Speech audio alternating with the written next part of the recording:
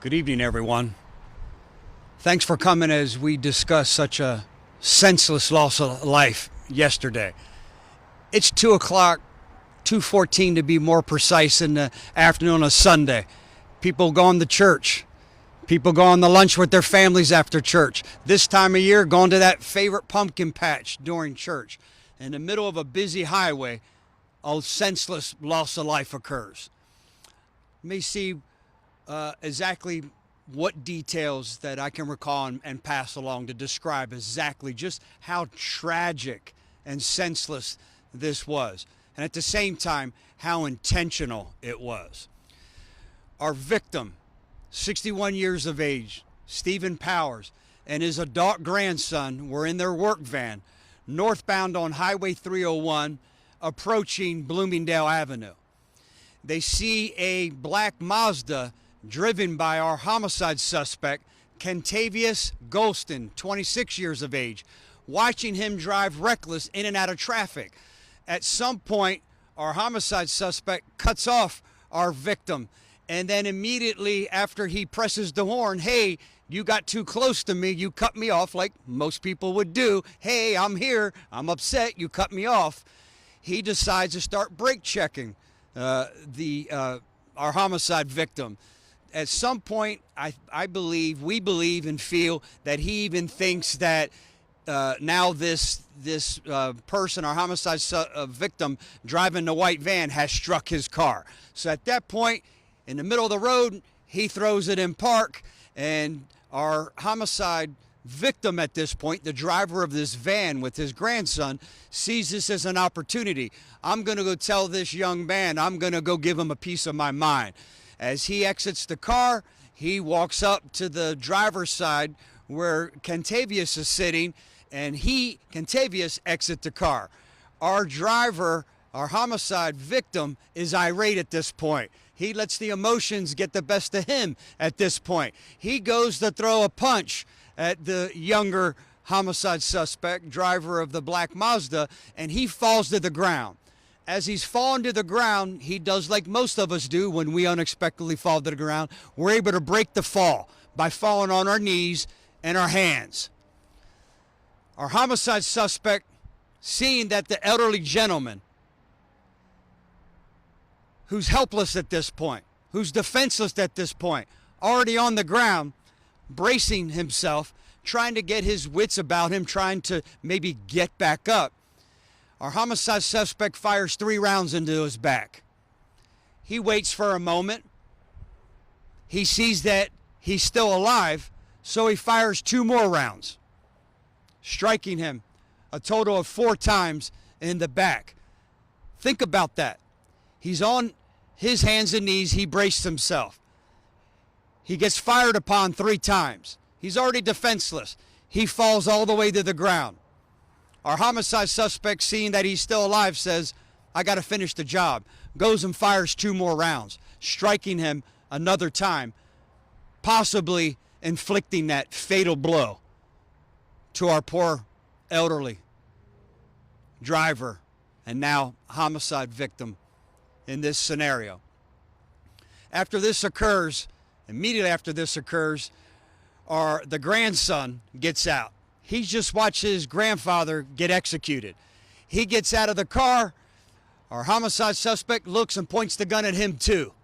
He goes like this, scared to death. "Hey, listen, I don't want anything to do with this. Don't shoot me."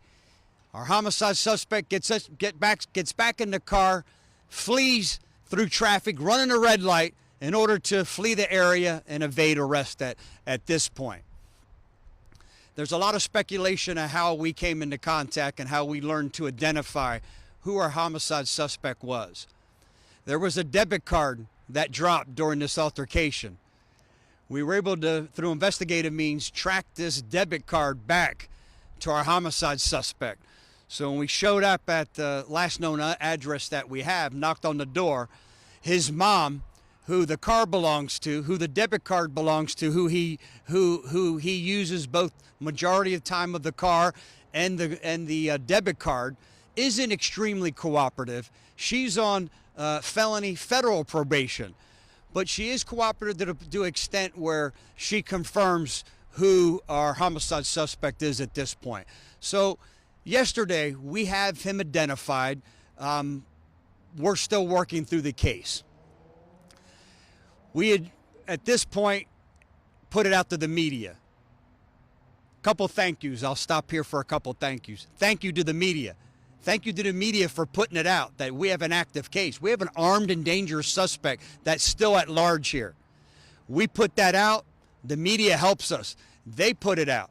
Now we have a phenomenal community that we serve that sees that we're looking for this information, and here comes a flood, and I mean a flood of cell phone video.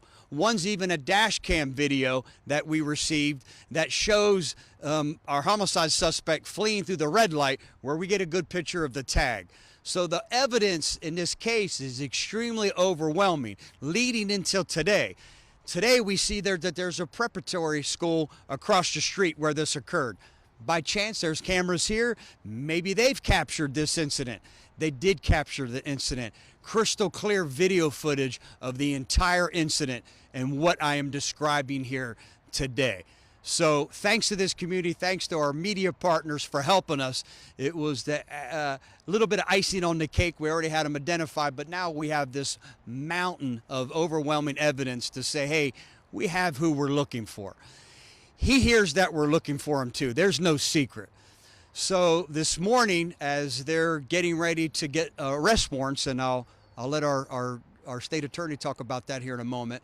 As we're working through charges and getting arrest warrants together, we get a phone call from his attorney. Hey, he's going to turn himself in. We're going to come to the office. She shows up with our homicide suspect at 2 p.m., willing to give an interview. Remorseful? No. Cooperative? He describes the incident to the T and admits to committing it. So, again, we don't need a confession at this point. We already have way more than enough to convict anybody of any type of crime, especially a crime as gruesome as this one is, and tragic and senseless as this is. So he comes in, describes what happened. We can't find the murder weapon. We can't find the car. We're still looking for that. He describes the apartment complex where he left the car. We're able to make contact with the car. He took the car, parked it in a random apartment complex. He took the tag off that car, and we did observe it and see that, confirm what we already knew. There was no damage. Our victim never struck his car, and why he got irate and maybe acted as angry as he did, I don't know. Nothing would excuse or justify what he did to this poor elderly gentleman. But he also says that the time now, it's important to us, it's important to the case, but more important, we want to make sure that this firearm that he used, we know it's a 9mm. He describes it as a Glock semi-automatic firearm that he had. And he describes to the point where after he dropped the car off and tried to scrub the car a little bit by removing the tag, that he also disassembled the firearm and threw it into a retention lake pond area where the car was parked. We immediately sent the dive team out there. They had to suspend the search because of darkness. They'll be back out again in the morning. Again, at this point, it's more of a concern to make sure that this firearm isn't able to be reassembled and fall into the wrong hands, maybe even that of a child. So we'll be back out in the morning to make sure that we're able to recover that firearm. I'd be remiss if I didn't once again talk about the phenomenal work. I had a press conference early this morning, and I talked about being confident that an arrest was imminent. And I wasn't able to say much at that time because I didn't want to affect or mess with the integrity of the case because it was progressing so well. This happened just after 2 o'clock yesterday. The arrest was just after 2 o'clock today. To be able to piece this together in such a busy intersection on a busy roadway with a lot of moving parts, and have the person held responsible that, again, committed this senseless loss of life is absolutely nothing short of incredible. To every detective and deputy that worked on this case, thank you for your dedicated efforts, especially on a Sunday afternoon, to make sure that you were expeditious in not only bringing comfort to this family. This comfort was visibly shaking. They knew that this individual was out there. They didn't understand why they shot their loved one, and they were afraid to talk to the media early. They were afraid to be seen or identified because they thought he might be coming after them now. They want justice now, like any of us would. And we assured them that justice is what they got. So I left a message with his brother. That's who we have for next of kin. I wasn't able to talk to him, speak to him directly. I'm waiting for him to call me back. But our detectives were able to notify him, did speak with him, notify him and his loved ones that we did make an arrest in such a short period of time, and that no, there is no risk of their lives. There is no further risk to this incredible community that we serve. At this time, I'd like to turn it over to our state attorney. Before I do, I just want to say thank you. Madam State Attorney Susie Lopez, this is no different than any case.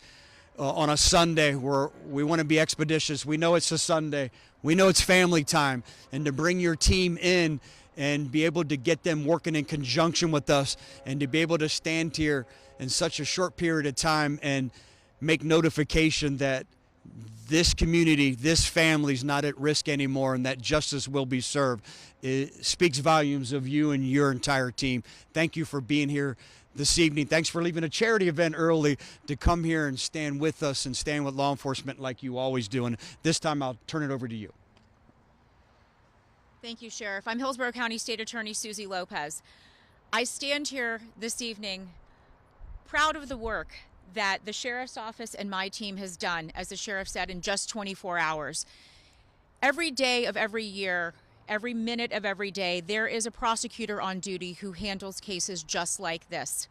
So yesterday, a beautiful Sunday afternoon in Hillsborough County, the prosecutor accepted the call from the Sheriff's Office, and for those 24 hours was working hand in hand with the Sheriff's team to bring justice for this family. At just after 2:15 in the afternoon, this crime occurred, and this crime was a result of road rage. Everyone's been frustrated in traffic before. We all get frustrated. But this defendant chose to take it to the next level.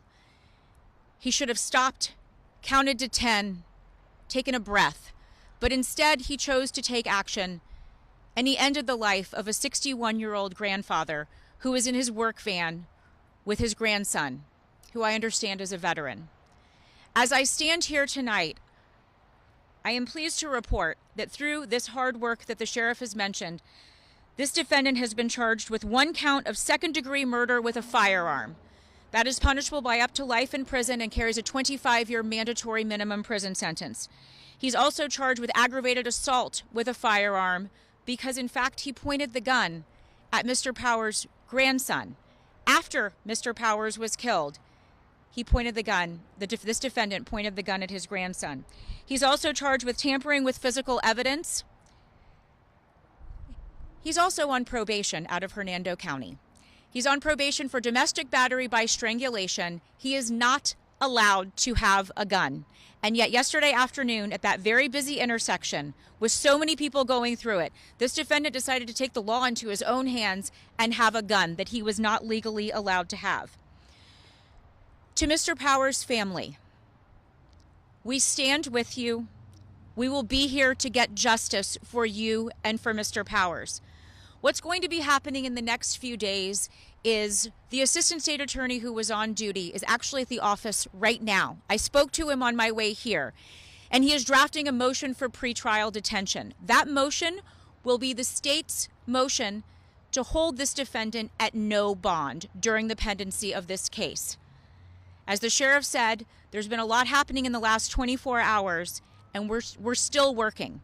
We're still working to bring justice for Mr. Powers and his family. That motion, I believe, will be heard sometime in the next several days. This tragedy was completely avoidable. This defendant could have done a number of things, but instead, he executed a 61-year-old grandfather in the middle of a busy intersection.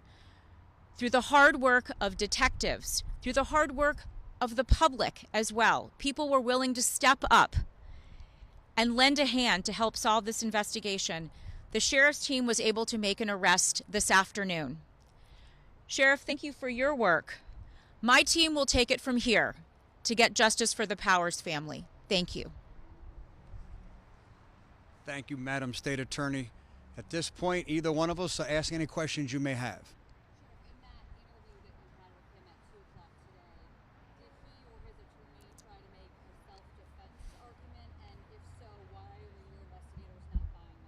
Yeah, great question. At no point did this homicide suspect or his attorney ever allude or try to justify his actions by claiming self-defense, stand your ground, or anything else. I think he knows, okay, you're 26 years old. You have a 61-year-old gentleman who was the aggressor at some point. You pushed him to the ground. The threat's over. To execute him by shooting him 3 times, and then when he falls to the ground, see that he's still breathing, to finish him off and shoot at him 2 more times, striking him a total of 4 times. I don't know how they could ever make a claim that it's anything but homicide. And just to clarify, who threw the first punch? Was it the suspect or the victim? Our homicide victim was actually the aggressor. He was upset. He got out of the car and walks up after being brake checked and the aggressive actions by our homicide suspect. He approaches the car. As our homicide suspect gets out of the driver's side of that car, our elderly gentleman throws a punch, misses, he redirects him and pushes him to the ground. The threat's over at that point. But at that point, pushing him to the ground was justified. He was the aggressor. Our victim was the aggressor at this point. But again, did it warrant being executed? Violence has no place in this community, and we must never get desensitized to a traffic altercation, a traffic disagreement resulted in a loss of life. That we should all be outraged. And someone that's not even allowed to be in a possession of a gun has a firearm and used it again, showing once again he can't control his anger.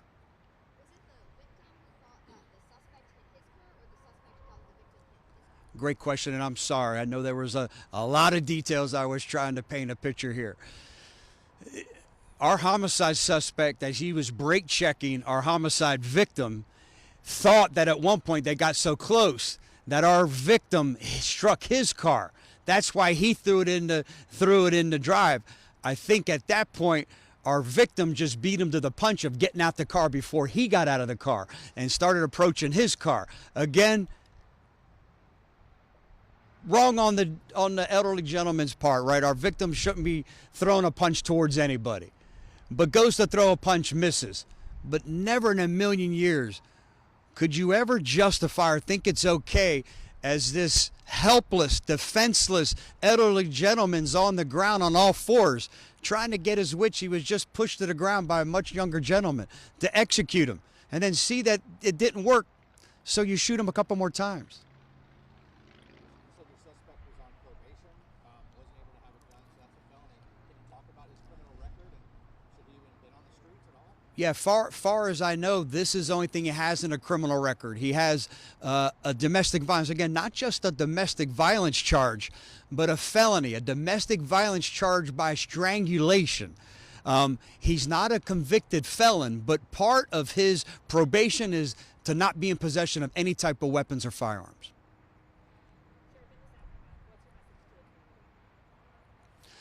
My message to the community is there's more people moving here every day. We're all going to get frustrated in traffic. Take a deep breath. We should never let our emotions get the best of us.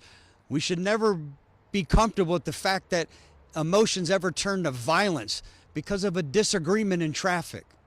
We all have to be more patient. The more people move here, the more patient we have to become. Thank you, everyone. Have a great evening.